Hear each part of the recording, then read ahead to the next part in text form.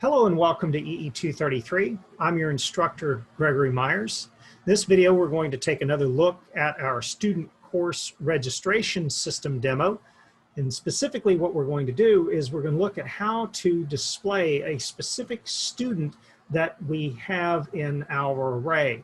This video assumes that you have watched some of the earlier videos on the student course registration system demo and specifically have started to work on your static array.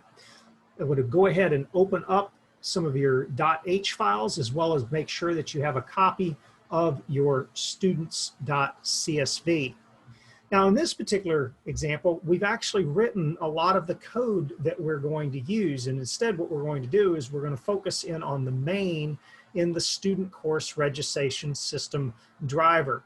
And what I mean by that is if you come over to your StaticArray.c, you should have already completed your display student as well as your import students.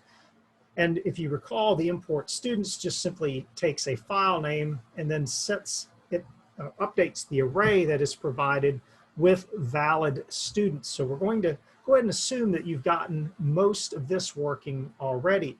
And instead what we're going to do is figure out how can we pull a specific student out of the array. Well, the trick is that we're actually going to use one of our other functions again, and that is going to be our get student. And if you recall, our get student takes the array of students and it looks for a specific student based on a student ID.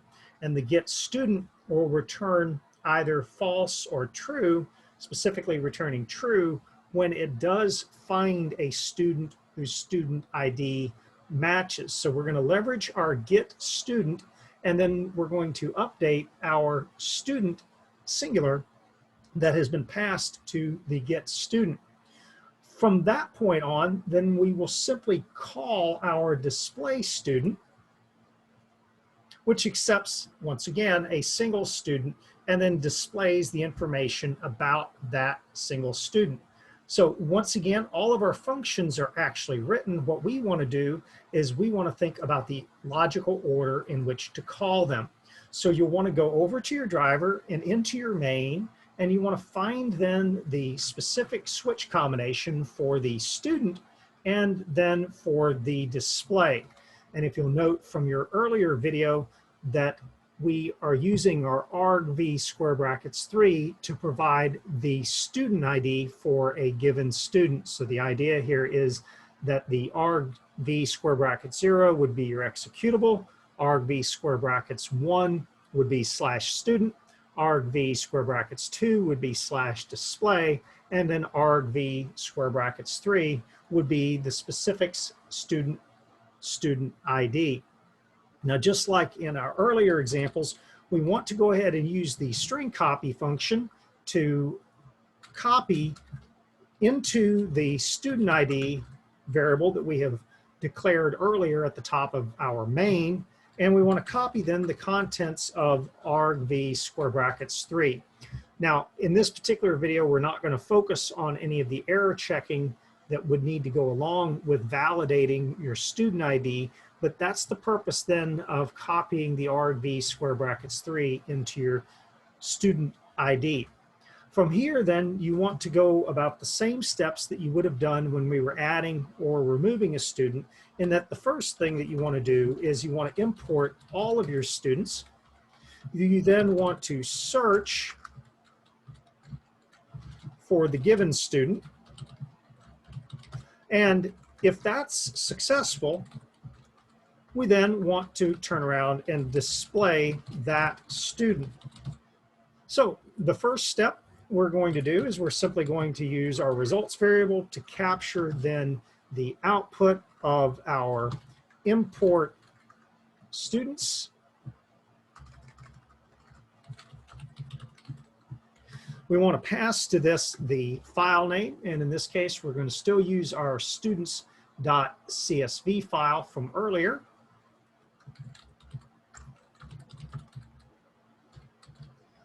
As the second argument, we want to pass the students array.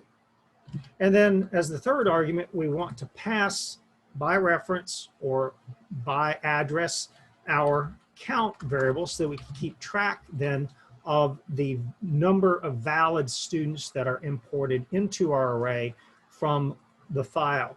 Now, we would want to check to make sure that our results were greater than 0 before we proceeded, but in this particular case, we're going to assume that we were successful at importing our students, and we're going to move on then to searching for a given student.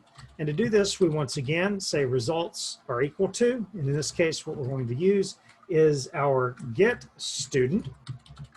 And that get student is going to accept the students array once again. It's going to accept our count, but this time it is not going to be passed by reference. It's going to be passed by val. We also want to pass to it the student ID that we are wishing to search for. And then lastly, we are going to want to pass to it the address of the temporary student that we used once again in an earlier video, and that is our student underscore temp.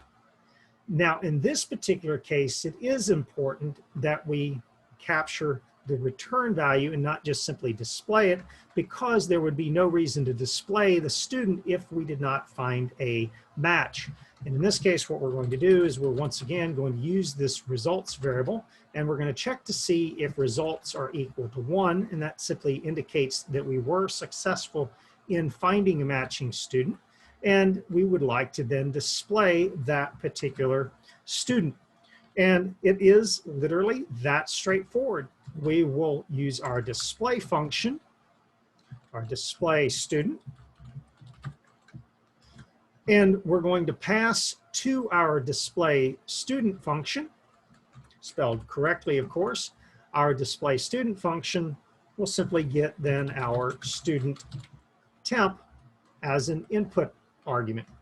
Now, as before, I'm going to go ahead and copy and paste our printfs for the results, just so that we can sort of track the progress of our executable. You would probably want to turn these off later on. And you can, of course, also say results equal to the display student, and then printf for those results. Once again, I encourage you to go ahead and turn those off once you get done with your application. But at this point, we can go ahead and build our project again. It's always nice when we don't have any errors. And then you can come back to your console, and then let's see how our new feature works. So we're going to go for the student course registration system demo. We're going to use our /student switch. We're going to use /display.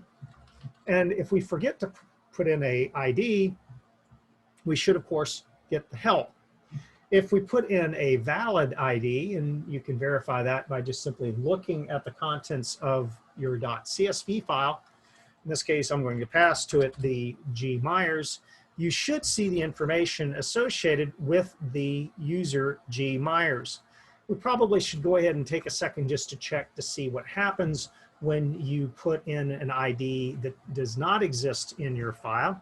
And in this case, you'll just see that you get a little bit of extra noise, particularly the results are returned as 0. And this indicates that there was, the second 0 in particular, indicates that there was no match found in your array, and likewise no match found in your file. So as always, hopefully this video was useful. If you have any questions, comments, or concerns, don't hesitate to email me, and thank you for watching.